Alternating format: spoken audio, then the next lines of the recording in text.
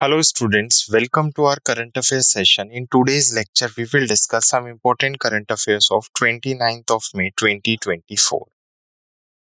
आज हम 29 मई 2024 के कुछ important करंट अफेयर्स डिस्कस करेंगे जो एग्जाम पॉइंट ऑफ व्यू से काफी important करंट अफेयर्स हो सकते हैं। स्टार्ट करते हैं आज का session some important current affairs of 29th of May।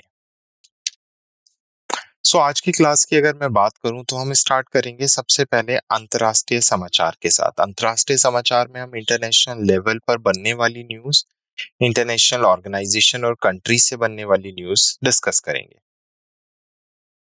Second हम डिस्कस करेंगे कुछ राष्ट्रीय समाचार। राष्ट्रीय समाचार में अगर मैं बात करूं तो हम सेंट्रल गवर्नमेंट की इनिशिएटिव्स एंड स्कीम्स के बारे में चर्चा करेंगे।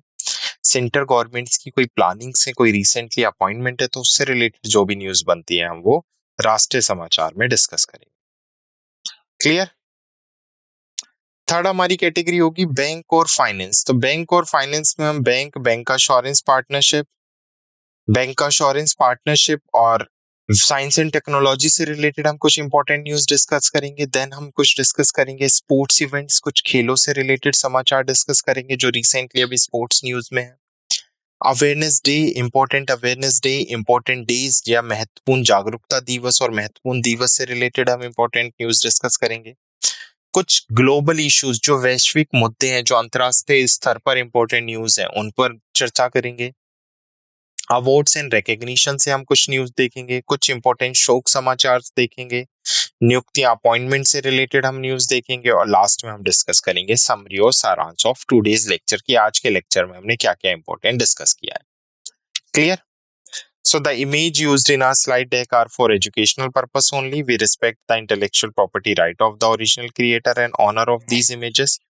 If you are the owner of any of the image used in this deck and have any concern or issue, please contact us at sathi@iitk.ac.in and we shall remove the image. तो हमारे slide deck में उपयोग की गई छवियां केवल शैक्षणिक उद्देश्य के लिए हैं। हम इन छवियों के मूल रचनाकारों और मालिकों के बौद्धिक संपदा अधिकारों का सम्मान करते हैं। यदि आप इस डेक में उपयोग की गई किसी भी छवि के मालिक हैं और आपको कोई चिंता या समस्या है तो कृपया sathi@iitk.ac.in पर हमसे संपर्क करें, हम छवियों को हटा देंगे। तो स्टार्ट करते हैं अपनी पहली इंटरनेशनल न्यूज के साथ। तो भारतीय शांति रक्षक को वर्ष का यूएन सैन्य लिंग समर्थन पुरस्कार मिला है। तो UN military gender award of the year किसको दिया गया है? इंडियन पीस कीपर को। तो भारतीय जो शांति रक्षक दल है उसको यह अवार्ड दिया गया। तो इंपॉर्टेंट न्यूज है। भारतीय सैन्य शांति रक्षक मेजर राधिका सेन जो संयुक्त राष्ट्र संगठन स्थिरीकरण मिशन में कांगो लोकतांत्रिक गणराज्य में सेवा कर रही हैं, उनको प्रतिष्ठित 2023 संयुक्त राष्ट्र सैन्य लिंग समर्थन वर्ष 2000 पुरस्कार 2023 के लिए सम्मानित किया गया। यह पुरस्कार महिला शांति और सुरक्षा पर संयुक्त राष्ट्र सुरक्षा परिषद के प्रस्ताव 1325 के सिद्धांत को बढ़ावा देने में उनकी समर्पण और प्रयासों को मान्यता देता है। मेजर सेन के कार्यों ने क्षेत्र में मिशन की सफलता में महत्वपूर्ण योगदान दिया है। महिलाओं की शांति स्थापना प्रयासों में महत्वपूर्ण भूमिका को भी उनकी पहचान उजागर करती है। तो भारतीय शांति रक्षा को वर्ष का यूएन सैन्य लिंग समर्थन पुरस्कार 2023 से 2024 में सम्मानित किया गया है। क्लियर। नेक्स्ट है इंटरनेशनल न्यूज, राष्ट्रीय संयुक्त राष्ट्रीय शांति रक्षकों का अंतर्राष्ट्रीय दिवस। तो अभी तो हमने अवार्ड से देखा है जिसमें भारतीय शांति रक्षक दल को दिया गया है, जिसमें बेसिकली मेजर राधिका जैन सेन को यह अवार्ड दिया गया है। यहाँ पर हम बात कर रहे हैं international day of United nation piece keeper 2024 जो कब मनाया जाता है? 29 मई को सेलिब्रेट किया जाता है। तो संयुक्त राष्ट्र शांति रक्षकों के अंतर्राष्ट्रीय दिवस पर जो प्रतिवर्ष 29 मई को मनाया जाता है, हम अंतर्राष्ट्रीय शांति और सुरक्षा की दिशा में शांति रक्षकों के असाधारण योगदान का सम्मान करते हैं। 1948 में पहली संयुक्त राष्ट्र शांति स्थापना मिशन की स्थापना के बाद से 71 मिशनों में से 2 मिलियन से अधिक शांति सैनिकों ने सेवा की है। शांति रक्षकों ने देश को युद्ध से शांति की ओर ले जाने में महत्वपूर्ण भूमिका भी निभाई है। इस वर्ष संयुक्त राष्ट्र भविष्य के लिए तैयार साथ मिलकर बेहतर निर्माण थीम के साथ तहत अंतर्राष्ट्रीय शांति रक्षकों का दिवस मनाया गया। तो इस बार की अगर मैं थीम की बात करूं तो इस बार की थीम क्या रही है? Fit for the future, building better together. Clear? Okay. Next है इंटरनेशनल न्यूज, ये है पपुआ न्यू गिनी में विशाल भूस्खलन ने पूरे गांव को दफन कर दिया। तो पपुआ न्यू गिनिया की बात हो रही है, जहां पर एक क्या आया है, बहुत बड़ा लैंडस्लाइड आया है जिसमें पूरा गांव क्या हो गया है? बुरीड हो गया है, दफन हो गया है। सो पपुआ न्यू गिनिया प्रांत के इंगा प्रांत के दूरस्थ गांव याम्बाली में एक विनाशकारी भूस्खलन आया। भूस्खलन ने पूरे गांव को दफन कर दिया, जिससे जीवन की विनाशकारी हानि हुई है। अंतर्राष्ट्रीय प्रवासन संगठन which is international organisation of migration के अनुसार 680 से अधिक लोग मारे गए हैं। और अगर मैं बात करूं, 2000 से अधिक लोगों के मिट्टी के नीचे फंसे होने की आशंका है। क्षेत्र की दुर्गमता और दूरस्थ के कारण बचाव प्रयासों में बाधा आ रही है और मृतकों की संख्या बढ़ने की भी उम्मीद है। क्लियर? नेक्स्ट है नेशनल न्यूज। गेल ने एमपी में अपना पहला 100 मेगावाट ग्रीन हाइड्रोजन प्लांट का उद्घाटन किया है। तो गैस अथॉरिटी ऑफ इंडिया ने किया है भारत का पहला हाइड्रोजन प्लांट मध्य प्रदेश में वायजीपुर कॉम्प्लेक्स में स्टैब्लिश किया है, जिसकी कैपेसिटी कितनी होगी? 10 मेगावाट। तो ये 10 मेगावाट ग्रीन हाइड्रोजन क्या करेगा? प्रोड्यूस करेगा। यह संयंत्र कनाडा के आयातित 10 megawatt proton exchange membrane electrolyser का उपयोग करके प्रतिदिन 4.3 टन हाइड्रोजन का उत्पादन करने की क्षमता रखता है। उत्पादित हाइड्रोजन की शुद्धता 99.99% होगी और यह 30 किलोग्राम पर सेंटीमीटर स्क्वायर के दबाव पर उत्पन्न होगी।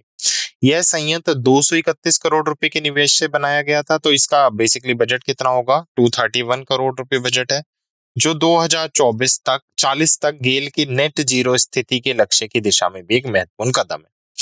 गेल विजयपुर में 10 मेगावाट पीएम इलेक्ट्रोलाइजर के लिए हरित ऊर्जा आवश्यकताओं को पूरा करने के लिए लगभग 20 मेगावाट सौर ऊर्जा संयंत्र भी स्थापित कर रहा है। तो याद रखना है, गेल ने पहला 10 megawatt green hydrogen plant launch किया, कहां पर? मध्य प्रदेश में। नेक्स्ट नेशनल न्यूज है सरकार स्वास्थ्य बीमा दावों को सरल बनाने के लिए नया राष्ट्रीय portal NHCX which is national health claim exchange launch करने की तैयारी में। तो जो हमारी ministry of health and welfare है, उसने अभी क्या किया है? National health claim exchange, basically एक न्यू प्लेटफॉर्म लॉन्च किया है, जो स्वास्थ्य बीमा दावों को और ज्यादा क्या बनाएगा? सरल बनाएगा। तो राष्ट्रीय स्वास्थ्य प्राधिकरण द्वारा आयुष्मान भारत डिजिटल मिशन के तहत विकसित यह पोर्टल स्वास्थ्य बीमा क्षेत्र में पारदर्शिता और दक्षता बढ़ाने का लक्ष्य रखता है। NHCX स्वास्थ्य बीमा कंपनियां, अस्पतालों और पॉलिसी धारकों के लिए एकल विंडो प्लेटफॉर्म के रूप में कार्य करेगा, जिससे दावों के निपटारे को आसान और तेज बनाया जा सके। बीमा भारत की बीमा निर्णायक और विकास प्राधिकरण ने भी सभी बीमा बेसिकली कर्ताओं और सेवा प्रदाताओं को NHCX प्लेटफॉर्म के साथ एकीकृत करने की सलाह दी है।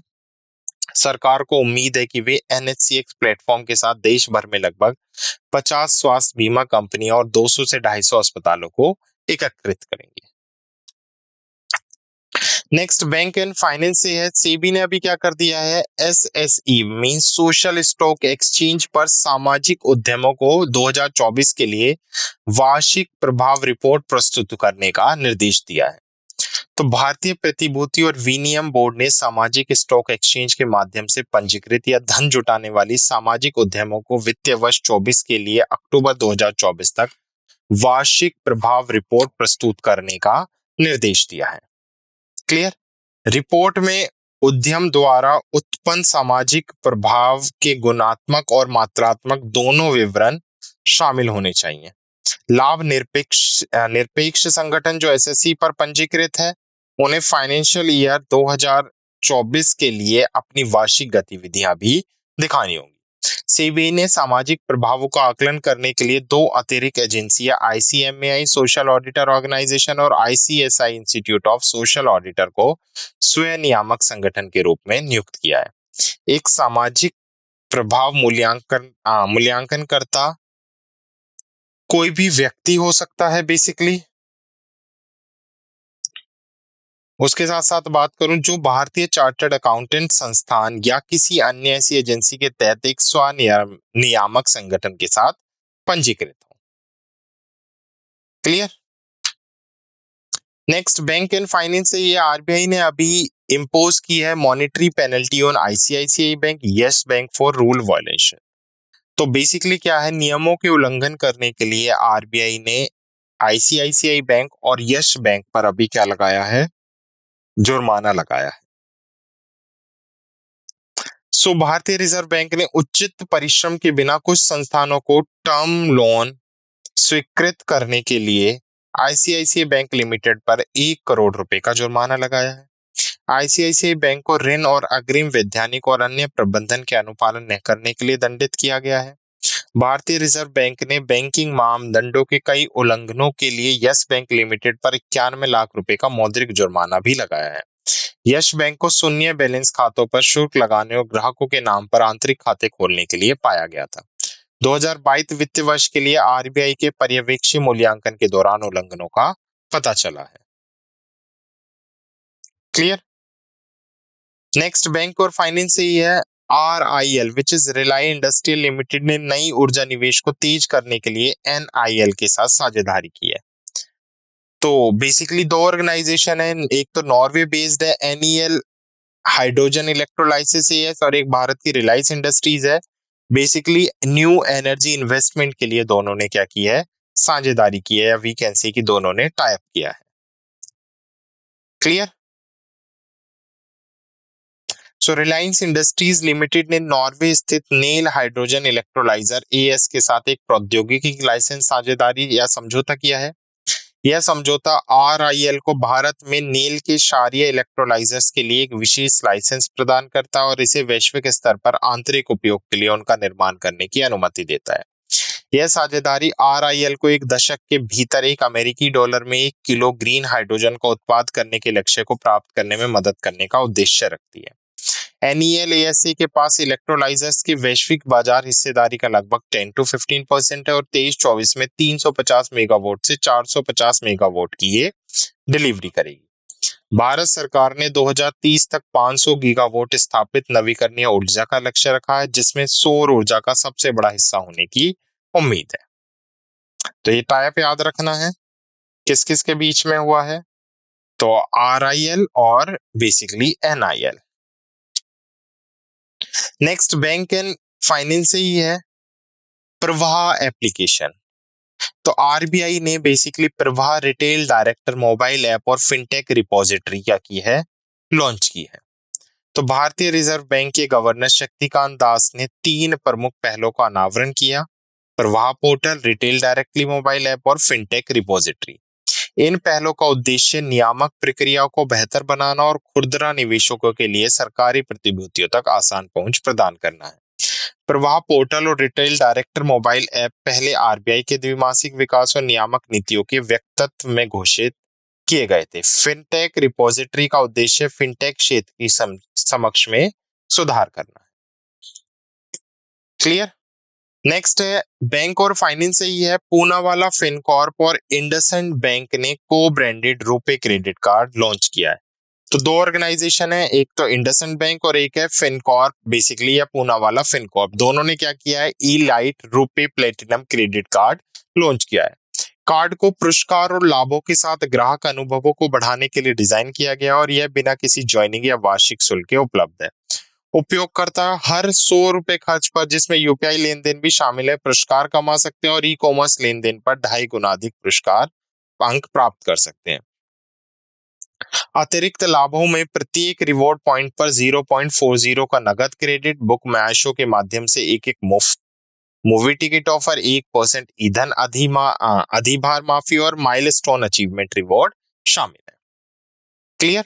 तो पूनावाला फिनकॉर्प और इंडसइंड बैंक के बीच में क्रेडिट कार्ड ई लाइट रुपए क्रेडिट कार्ड के लिए टाई अप हुआ है।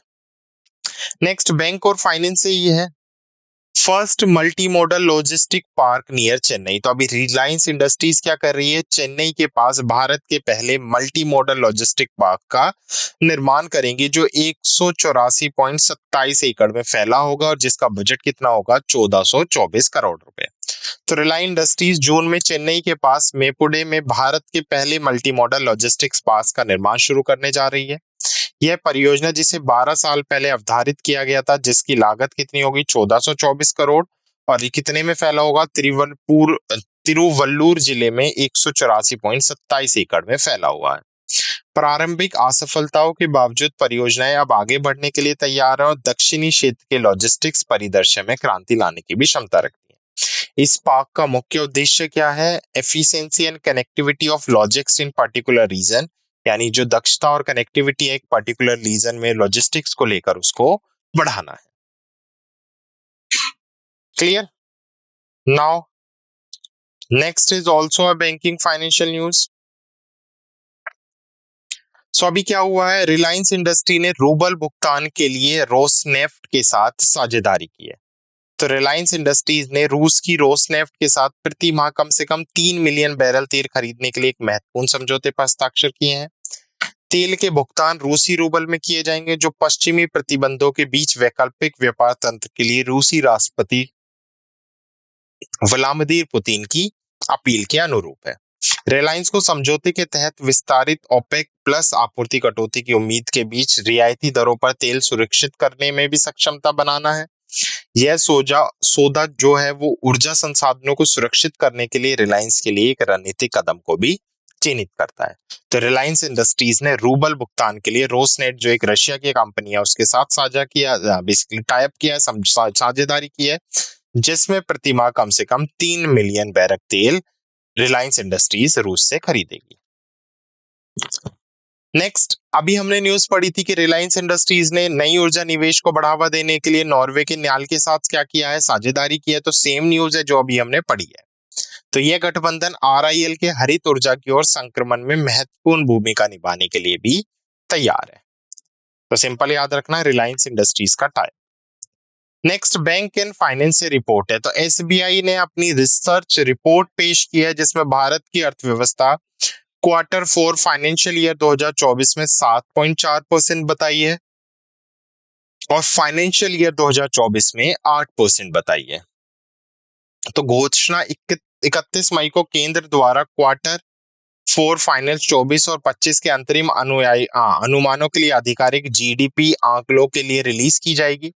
भारतीय रिजर्व बैंक ने फाइनेंशियल ईयर 2024 की चौथी तिमाही में वास्तविक जीडीपी वृद्धि 7.3% रहने का अनुमान लगाया, जबकि फाइनेंशियल ईयर 2025 की पहली तिमाही के लिए 7.5% की उम्मीद जताई है। मुख्य आर्थिक सलाहकार वी अनंत नागेश्वर ने संकेत दिया कि फाइनेंशियल ईयर 24 में भारत की आर्थिक वृद्धि 8% तक पहुंचने की उच्च संभावना है। नेक्स्ट, साइंस एंड टेक्नोलॉजी से है। इंडियन ऑयल ने भारतीय सेना को ग्रीन हाइड्रोजन फ्यूल सेल बस से लैस किया। हाइड्रोजन फ्यूल सेल तकनीक को बढ़ावा देने के लिए समझौते पर हस्ताक्षर भी किए। तो इंडियन ऑयल कॉर्पोरेशन लिमिटेड ने नई दिल्ली स्थित राष्ट्रीय युद्ध स्मारक पर भारतीय सेना को एक ग्रीन हाइड्रोजन फ्यूल सेल बस सौंपी है। भारतीय तेल और भारतीय सेना के बीच भारी शुल्क ई मोबिलिटी के लिए हाइड्रोजन ईंधन सेल प्रौद्योगिकी को बढ़ावा देने के लिए एक समझौते ज्ञापन पर भी हस्ताक्षर किए गए। समारोह में थल सेना प्रमुख जनरल मनोज पांडे और इंडियन ऑयल के अध्यक्ष श्रीकांत माधव वैद ने क्या किया, पार्टिसिपेट किया। परियोजना का उद्देश्य दिल्ली एनसीआर क्षेत्र में ईंधन सेल इलेक्ट्रॉनिक बसों के प्रदर्शन का मूल्यांकन करना और प्रणालियों पर स्थानीय ईंधन और वायु गुणवत्ता के प्रभाव का आंकलन करना है।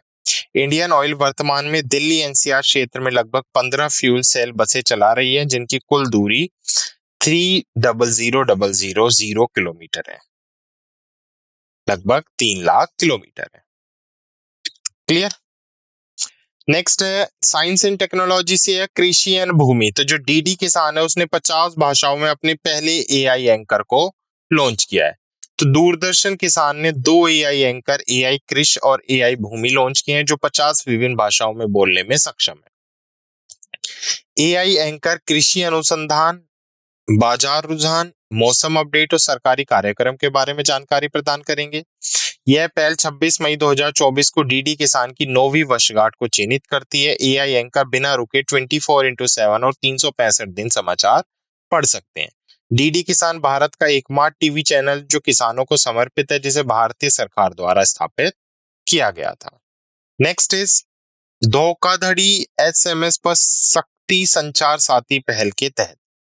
तो संचार साथी इनिशिएटिव स्टार्ट किया गया डिपार्टमेंट ऑफ टेलीकम्युनिकेशन ने होम अफेयर्स के साथ कोलैबोरेशन करके, जिसका पर्पस क्या है, जो एसएमएस के थ्रू धोखाधड़ी और जो खतरा है उसका निपटारा किया जा सके। तो दूरसंचार विभाग ने गृह मंत्रालय के साथ मिलकर संचार साथी पहल की शुरुआत की। इस पहल का उद्देश्य अनजान मोबाइल उपयोगकर्ताओं को लक्षित करने वाले धोखाधड़ी वाले एसएमएस के बढ़ते खतरे से निपटाना है। सरकार ने 8 एसएमएस हैंडलर की पहचान की और उन्हें ब्लॉक कर दिया है, जिनका साइबर अपराधियों द्वारा अक्सर दुरुपयोग किया जाता है। यह पहल उपभोक्ताओं को भ्रामक संदेश से बचाने के व्यापक प्रयास का भी हिस्सा है। Clear? Next is sports news. Indian premier league 2024, Kolkata knight rider ने सनराइजर हैदराबाद को हराकर आईपीएल जीत लिया है। तो इस बार अगर मैं बात करूं आईपीएल, तो आईपीएल किसने जीता है? कोलकाता नाइट राइडर ने। किसको हराकर? सनराइज हैदराबाद को हराकर। कोलकाता नाइट राइडर जिसकी कप्तानी श्रेयस अय्यर ने की थी, उन्होंने सनराइजर हैदराबाद को 8 विकेट से हराकर इंडियन प्रीमियम लीग का 17वां सीजन जीत लिया है। फाइनल्स का आयोजन एमएस चिदम्बरम स्टेडियम, चेन्नई, तमिलनाडु में हुआ। यह केकेआर का तीसरा आईपीएल खिताब है। इससे पहले उन्होंने 2012 और 14 में गौतम गंभीर की कप्तानी में जीत हासिल की है। फाइनल केवल 29 ओवर तक चला, जिसे यह बिना मौसम के व्यवधान के सबसे छोटा आईपीएल प्लेऑफ खेल बन गया। आईपीएल 2024 के शीर्षक प्रायोजक टाटा ग्रुप, स्टार स्पोर्ट्स आधिकारिक प्रसारक और जियो सिनेमा डिजिटल स्ट्रीमिंग पार्टनर है। क्लियर? नेक्स्ट है स्पोर्ट्स न्यूज। दीपा करमक्कर अभी उज्बेकिस्तान ताशकंद में आयोजित एशियन जिम्नास्टिक चैंपियनशिप में स्वर्ण पदक जीतने वाली पहली भारतीय जिम्नास्ट बन गई हैं। तो त्रिपुरा की हैं दीपा करमक्कर, जिन्होंने ताशकंद उज्बेकिस्तान में एशियाई जिम्नास्टिक चैंपियनशिप 2024 में महिलाओं की वोल्ट उपकरण में स्वर्ण पदक जीता है। उसने वोल्ट फाइनल में 13.566 का औसत स्कोर हासिल किया। यह पहली बार है जब किसी भारतीय जिम्नास्ट ने एशियाई चैंपियनशिप में किसी भी इवेंट में स्वर्ण पदक जीता है। किम सॉन्ग होंग और जो क्याब्योंग ने उत्तर कोरिया के लिए क्रमशः रजत और कांस्य पदक जीते। दीपा करमक्कर ने पहले 2014 की ग्लासगो राष्ट्रमंडल खेलों में महिलाओं की वोल्ट फाइनल में कांस्य पदक जीता था और 2016 के ग्रीष्मकालीन ओलंपिक में वे चौथे स्थान पर रही थी। और अभी एशियन जिम्नास्ट चैंपियनशिप में क्या जीत लिया उन्होंने? गोल्ड मेडल जीत लिया है। नेक्स्ट है 2024 तीरंदाजी विश्व कप। तो भारतीय महिला कंपाउंड टीम ने जीता स्वर्ण और मिस्र टीम ने जीता रजत। तो अभी बेसिकली क्या हुआ है, तीरंदाजी विश्व कप बेसिकली कंडक्ट किया गया है। तो भारतीय महिला कंपाउंड टीम की अदिति गोपीचंद्र स्वामी, ज्योति सुरेखा वेनम और परमजीत कौर ने दक्षिण कोरिया में तीरंदाजी विश्व कप 2024 के स्टेज 2 में क्या जीता है? स्वर्ण पदक जीता है।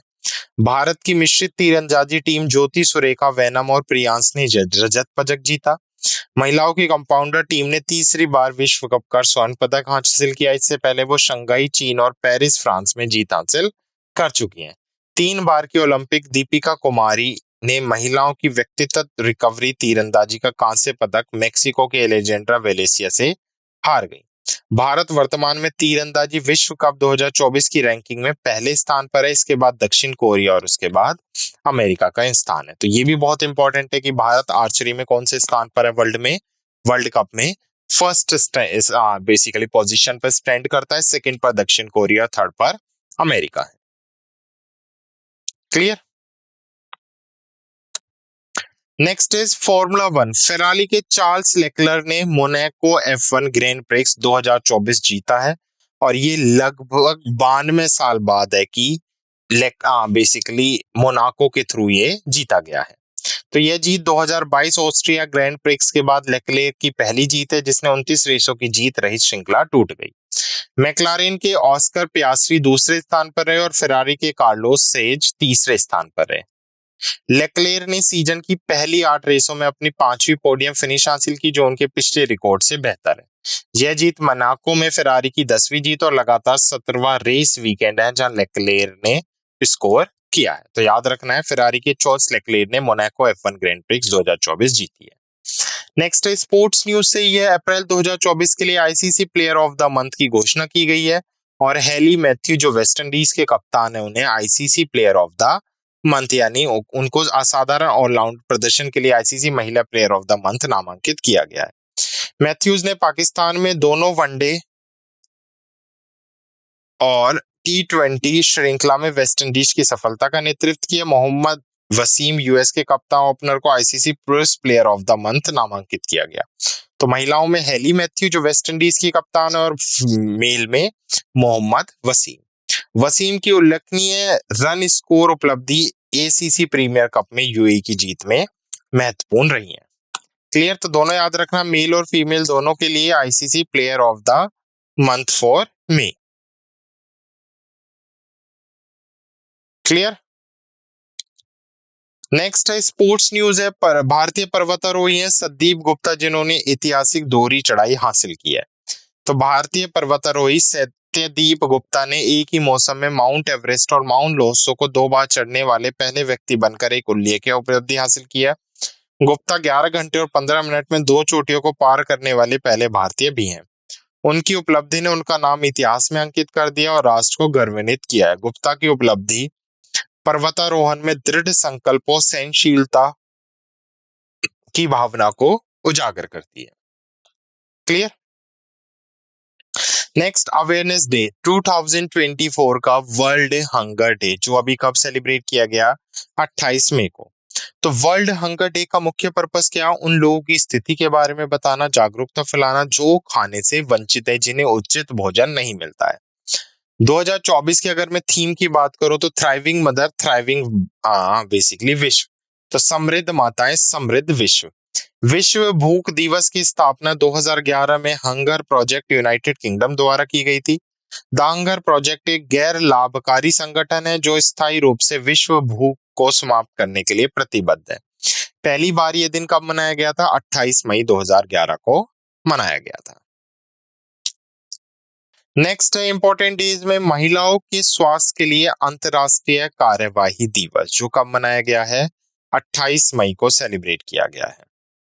तो महिलाओं के स्वास्थ्य के लिए अंतरराष्ट्रीय कार्यवाही दिवस प्रतिवर्ष 28 मई को महिलाओं के स्वास्थ्य और कल्याण, विशेष रूप से उनके यौन और प्रजनन स्वास्थ्य और अधिकार के संदर्भ में सुनिश्चित करने के लिए मनाया जाता है।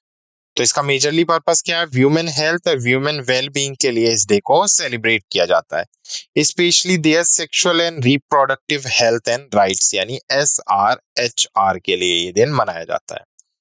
2024 की अगर फोकस थीम की मैं बात करूं तो mobilising in critical times of threatening and opportunities है, खतरों और अवसरों के महत्वपूर्ण समय में जुटना इसकी थीम है। 1987 में कोस्टा रिका में अंतरराष्ट्रीय महिला स्वास्थ्य बैठक के दौरान इस दिन का प्रस्ताव रखा गया था। महिलाओं का वैश्विक प्रजनन अधिकार नेटवर्क वैश्विक अभियान प्रयासों का नेतृत्व करता है। लैटिन अमेरिका और कैरिबियन महिला स्वास्थ्य नेटवर्क क्षेत्रीय गतिविधियों का समन्वय करता है। तो याद रखना है, महिलाओं के लिए के स्वास्थ्य के लिए अंतरराष्ट्रीय कार्रवाई दिवस कब मनाया जाता है? 28 मई को सेलिब्रेट किया जाता है। Done. Now next is important day से ही न्यूज है। 2024 विश्व मासिक धर्म स्वच्छता दिवस। तो वर्ल्ड मेंस्ट्रुअल हाइजीन डे 2024। तो वर्ल्ड मेंस्ट्रुअल हाइजीन डे 2024 कब मनाया गया? 28 मई को मनाया गया। तो 2024 की अगर थीम की बात करूं तो एक पीरियड फैमिली वर्ड के साथ मिलकर इस दिन को बेसिकली सेलिब्रेट किया गया है। इस दिन का उद्देश्य मासिक धर्म से जुड़ी कलंक को समाप्त करना और उत्पादक शिक्षा और बुनियादी ढांचे तक वैश्विक पहुंच सुनिश्चित करना है। वॉश यूनाइटेड ने 2013 में विश्व मासिक धर्म स्वच्छता दिवस की शुरुआत की और वैश्विक समन्वय के रूप में कार्य किया। 28 मई की तारीख मासिक चक्र की औसत लंबाई 28 दिन और मासिक धर्म की सामान्य अवधि 5 दिन का भी प्रतिनिधित्व करता है। नेक्स्ट, महिलाओं के स्वास्थ्य के लिए अंतर्राष्ट्रीय कार्रवाई दिवस 2024। अभी हमने बेसिकली डिस्कस किया है कि 28 मई को ये दिन सेलिब्रेट किया जाता है। Women health, specially sanitary health के बारे में ये दिन बढ़ाता है। तो महिलाओं के स्वास्थ्य के प्रति जागरूकता बढ़ाने, उसे प्रोत्साहित करने के लिए विभिन्न गतिविधियों और अभियान आयोजित किए जाते हैं। नेक्स्ट है ग्लोबल न्यूज, विश्व भूख दिवस 2024। तो भूख, वैश्विक भूख समाप्त करने का आह्वान। तो ये दिन भी हमने अभी देखा है कि 28 मई को विश्व भूख दिवस के लिए दुनिया एकजुट होती है और जो वैश्विक भूख की तत्कालीन समस्या के बारे में जागरूकता बढ़ाने के लिए समर्पित है। दिवस कुपोषण से पीड़ित लाखों लोगों और भूख को समाप्त करने के लिए स्थायी समाधानों की आवश्यकता को मान्यता देता है। इस बार की थीम खतरों और अवसरों के महत्वपूर्ण समय में जुटना है। महिलाओं को स्वतंत्र रूप से बिना किसी दबाव व भेदभाव के निर्णय लेने के लिए सशक्त बनाने पर जोर दिया जाता है। नेक्स्ट, अवार्ड्स एंड रिकॉग्निशन है 77th कैन फिल्म फेस्टिवल। तो हम सबको पता है फ्रांस में 77वें कैन्स फिल्म फेस्टिवल बेसिकली मनाए गए थे, जहां पे सीन बेकर की अनोरा ने पाल्मे डी और जीता और पायल कपाडिया की all we imagining and light ने ग्रैंड प्रिक्स 2024 जीता है। तो 77वां कैन फिल्म महोत्सव 14 मई से 25 मई तक फ्रांस के कांस में आयोजित किया गया। अमेरिकी कॉमेडी ड्रामा फिल्म है अनोरा, जिसने निर्देशक सीन बैनर ने किया है। उनको कान महोत्सव का सर्वोच्च सम्मान पाल्मे डी और जीता है। और भारतीय भारतीय फिल्म है all we imagining as light, जिसका निर्देशन पायल कपाडिया ने किया, उन्हें ग्रैंड प्रिक्स से सम्मानित किया गया है। संतोष सिवन जो एक भारतीय छायाकार और फिल्म निर्देशक है, उन्हें पियरे एजेनी ट्रिब्यूटरी अवार्ड से सम्मानित किया गया है। और भारतीय अभिनेत्री अनसुईया सेनगुप्ता ने द शेमलेस में अपने प्रदर्शन के लिए आन स्ट्रैंग रिकॉर्ड श्रेणी में सर्वश्रेष्ठ अभिनेत्री का पुरस्कार जीता है। नेक्स्ट है ऑब्चरी न्यूज, दिग्गज डिज्नी गीतकार थे रिचर्ड एम शेरमन, जिनका 95 वर्ष की आयु में निधन हो गया। शर्मन ने अपनी दिवंगत भाई रॉबर्ट के साथ मिलकर डिज्नी के कुछ सबसे प्रतिष्ठित और यादगार गीतों की रचना की। उनके पुरस्कार विजेता रचनाओं में मेरी पॉमिन्स, द जंगल बुक और चिट्टी चिट्टी बैंग बैंग जैसी फिल्मों के गाने शामिल हैं। शर्मन के काम ने दुनिया भर में लाखों बच्चों पर अमिट छाप भी छोड़ी है। लास्ट कैटेगरी अपॉइंटमेंट, तो डीआरडी के चेयरमैन है समीर वी कामत, उनकी सेवा को 1 साल के लिए और बढ़ा दिया गया है। तो कैबिनेट की नियुक्ति समिति ने डॉक्टर समीर वी कामत के डीआरडी के सचिव और डीआरडीओ के अध्यक्ष के रूप में कार्यकाल को 1 साल के लिए बढ़ाने की अनुमति दी है। वो 31 मई 2025 तक अपने वर्तमान पद पर बने रहेंगे। वे अगस्त 2022 से डीडीआरएनडी के सचिव और डीआरडीओ के अध्यक्ष हैं। रक्षा मंत्रालय ने डीआरडीओ में सुधार के लिए 9 सदस्यीय पैनल का गठन किया, जिसकी अध्यक्षता पूर्व प्रमुख वैज्ञानिक सलाहकार प्रोफेसर के विजय राघवन कर रहे हैं। सुधार प्रक्रिया में निरंतरता सुनिश्चित करने के लिए सरकार ने डॉक्टर कामत का कार्यकाल 1 वर्ष के लिए बढ़ा दिया है। क्लियर? तो ये थे कुछ हमारे इंपॉर्टेंट करंट अफेयर्स जो हमने डिस्कस किए। Now let's quick revise the session through summary. सबसे पहले हमने देखे कुछ अंतर्राष्ट्रीय समाचार। अंतर्राष्ट्रीय समाचार में हमने देखा कि इंडिया के जो पेस कीपर हैं, उन्होंने यूएन मिलिट्री जेंडर एडवोकेट 2024 का अवार्ड जीत लिया है। उसके बाद हमने देखा संयुक्त राष्ट्र शांति रक्षकों का अंतर्राष्ट्रीय दिवस 2024 हर साल 29 मई को मनाया जाता है। बैंकिंग और फिश से अगर मैं बात करूं तो सेबी ने एसएससी पर सामाजिक उद्यमों को फाइनेंशियल ईयर 24 के लिए वार्षिक बेसिकली जो प्रभाव रिपोर्ट है उसके लिए दिशा निर्देश दिए हैं। आरबीआई ने आईसीआईसी यस बैंक पर कुछ जुर्माने लगाए हैं। उसके साथ साथ आरआईएल ने बेसिकली एनआईएल के साथ साझेदारी की है।